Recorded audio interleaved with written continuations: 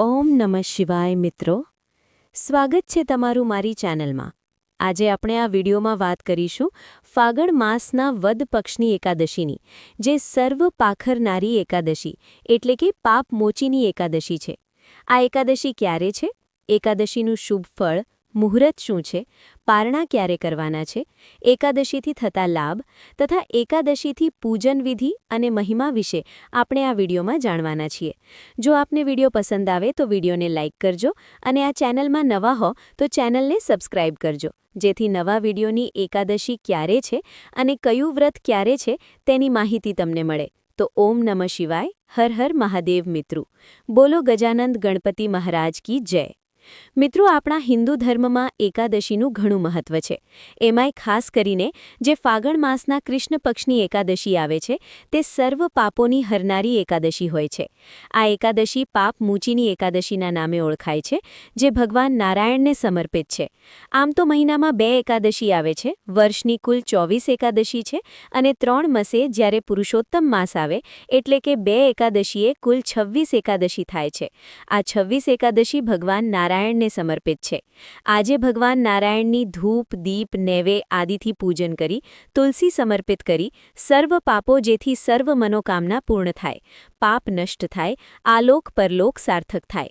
જો આપણે આ 26 એકાદશી ના કરી શકીએ તો વર્ષની 2 એકાદશી તો અવશ્ય કરવી જોઈએ અને એક દેવતીને એકાદશીનો વ્રત કરીએ તો બધી એકાદશીનું પુણ્ય પ્રાપ્ત થાય છે।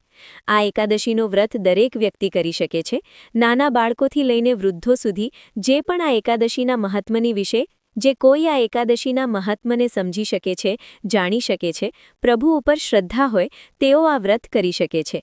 અને જો વ્રત ના થાય તો પણ બિલકુલ ચિંતા ન કરવી, પ્રભુ ભક્તિ મનથી હૃદયથી કરી લેવી, મંત્ર જાપ કરવા અને શુભ કર્મ કરવા, દાન પુણ્ય આદિ, તો પણ વ્રત બરાબર પુણ્ય પ્રાપ્ત થાય છે। સૌપ્રથમ જાણી લઈએ કે આ એકાદશી ક્યારે છે, પારણા ક્યારે છે। આપણા હિન્દુ પંચાંગ અનુસાર ફાગણ માસના કૃષ્ણ પક્ષને એકાદશી તારીખ 14 માર્ચ 2026 લગભગ 8:10 મિનિટે આરંભ થાય છે, જે આ એકાદશી પૂર્ણ થાય છે 15 માર્ચ 2026 સવારે લગભગ 9:15 મિનિટની આસપાસ। ઉદ્યાતિથિ અનુસાર હંમેશા વ્રત થાય છે, એટલે માટે આ એકાદશી તારીખ 15 માર્ચ 2026 રવિવારે છે ત્યારે આ એકાદશીનું વ્રત લેવાશે અને એકાદશીના પારણા પણ કરવા આવશ્યક છે। જેમ કે આપણે એકાદશીના વ્રતનો સંકલ્પ કરીએ છીએ, વ્રત કરવાનું જે નિર્ણય લઈએ છીએ તે નિર્ણયને છોડવો પડે છે, વ્રતને છોડવું પડે જ છે, તે પારણા બારસની તિથિએ થાય છે। માટે આ એકાદશીના પારણા તારીખ 16 માર્ચ 2026 સવારે લગભગ 6:30 થી લઈને 9 વાગ્યા સુધી કરવાના રહેશે, જેથી વ્રત ખોલવાનું પણ કહેવાય છે। આજે પણ પ્રભુનો પૂજન કરીને દાન પુણ્ય થાય છે, બ્રાહ્મણને દાન દક્ષિણા અપાય છે, પશુ પક્ષીને દાણ ચણની વ્યવસ્થા કરાય છે અને ભૂખ્યાને અન્ન, તરસ્યાને જળ દેવાય છે। ખૂબ જ પુણ્ય પ્રાપ્ત થાય છે। જે આપણી શક્તિ હોય તે પ્રમાણે દાન પુણ્ય કરવું। જે ભક્તો આજે એકાદશીનો વ્રત કરવા માંગે છે કે સવારે વહેલા ઉઠી સ્નાન આદિ પરવારી શુદ્ધ વસ્ત્ર ધારણ કરી ભગવાન નારાયણના કોઈ પણ સ્વરૂપની પૂજા કરી શકાય છે। જે આપણને ઇષ્ટ હોય તે આપણને ખૂબ જ વાલું લાગતું હોય એવા સ્વરૂપની પૂજા કરી શકીએ છીએ। મનમોત શ્રદ્ધા ઉત્પન્ન થાય છે, પ્રભુ પ્રત્યે ભાવ ઉત્પન્ન થાય છે, જે ભાવથી પ્રભુ આપણને વધુ નજીક લાગે છે અને આપણને પ્રભુની નજીક થઈ જાય છે। માટે જ આ એકાદશીમાં ઉપવાસ થાય છે। ઉપવાસ એટલે પ્રભુની નજીક રહેવાનું, નહીં કે ભૂખ્યા રહેવાનું। વ્રત પ્રેમથી ભાંતિ થાય છે। વ્રત કરવાથી શરીર નિરોગી રહે છે અને મન સ્વસ્થ રહે છે। એકાદશીના દિવસે ભગવાન વિષ્ણુની પૂજામાં ગંગાજળ છે, યમુનાજળ, ચંદન, હળદર, પુષ્પ, ધૂપદીપ, તુલસી, મિષ્ઠાન, ફળ આદિથી પ્રભુનો પૂજન થાય છે। માખણ મિસ્ત્રીનો ભોગ પણ લગાડી શકાય છે। મહત્વપૂર્ણ છે કે આજે જે ભક્તો એકાદશી કરે છે ન કરે કથા અવશ્ય સાંભળી। જે આ એકાદશીના મહત્વને કહેવામાં આવ્યું છે, ગીતાજીનો પાઠ કરી શકાય છે, સાંભળી શકાય છે અને વિષ્ણુ સહસ્ત્ર નામનો પાઠ પણ કરી શકાય છે। ભગવાન વિષ્ણુને આરતી કરી એકાદશીનું ધાર્મિક મહત્વ એટલું છે કે આ એકાદશીનો માત્ર નામ લેવાથી માત્રથી જ વ્યક્તિના જાણે અજાણે થયેલા દોષો, પાપો મોચી મળે છે। જે ભક્તો આજે ભગવાન શ્રી હરિનો 108 વાર નામ જપ કરે છે, શ્રદ્ધાથી નિયમ રાખે છે, તેની ઉપર પ્રભુ સદૈવ કૃપા કરે છે. જીવનમાં સુખ, શાંતિ અને મોક્ષની પ્રાપ્તિ થાય છે. આ એકાદશીનો વ્રત એવું છે કે જો ઘરમાં સૂતક હોય તો પણ એકાદશીનો વ્રત થાય છે. પૂજા નથી થતી, બહેનો માસિક ધર્મમાં હોય તો 5 દિવસ એકાદશીની પૂજા થઈ શકે છે. વ્રત પણ થાય છે અને નહીંતર વ્રત થાય, પૂજા નથી થતી. એકાદશીના દિવસે પીપળાના વૃક્ષની પૂજા, તુલસી માતાની સવાર સાંજ પૂજા ધૂપ આદિથી કરાય છે. આજે જે ભક્તો એકાદશીનો વ્રત કરે છે, ગાય માતાની સેવા અવશ્ય કરે છે અને સાથે જ ગાય માતાની પ્રદક્ષિણા પણ થાય છે. કહેવાય છે કે આમ કરવાથી પાપ નષ્ટ થાય છે.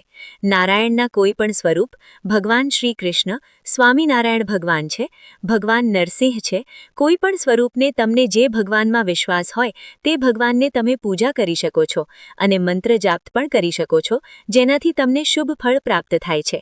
આજે પવિત્ર તીર્થોમાં જઈને સ્નાન પણ કરી શકાય છે. ઉનાળાની ઋતુ આરંભ થઈ છે, માટે જ્યારે પણ આપણે દાન પુણ્ય કરીએ છીએ ત્યારે ઉનાળો એટલે કે ઋતુ સંબંધી દાન કરવું શ્રેષ્ઠ મનાય છે. અત્યારે જીવતા ચપ્પલ, છત્રીનું દાન જરૂરિયાતમંદને આપવું શુભ મનાય છે. સાથે જ જલ કે પ્યાર બાંધવા પણ શુભ ફળની પ્રાપ્તિ કરાવે છે.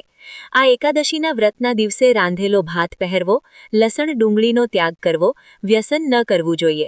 ભગવાનની નજીક રહેવા માટે સાત્વિકતા જાળવી રાખવી જોઈએ. એકાદશીના વ્રતમાં દશમીની રાત્રિએથી જ નિયમ લાગુ પડે છે, માટે દશમીની રાત્રિએ અલ્પ ભોજન લેવું અને રાત્રે સ્મરણ કરતાં કરતાં સવારે વહેલા ઉઠતાની સાથે નિત્યકર્મથી પરવારી સ્નાન પછી ફરીથી પ્રભુનો પૂજન થાય છે.